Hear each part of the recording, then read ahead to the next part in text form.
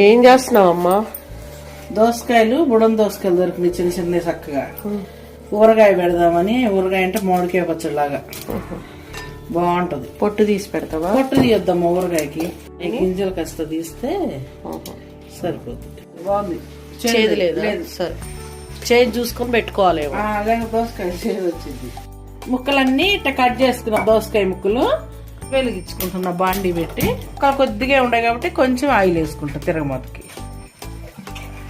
చాలు. నూనె వేడెక్కే లోపల మనము ఈ ముక్కలు కారం ఉప్పు అన్ని కలుపుకుందాం. ముందు కారం పోస్తున్నాను. గ్లాసు పోసే కారం. టీ గ్లాస్ తో గ్లాసు. సగం గ్లాస్ ఏమో ఉప్పు.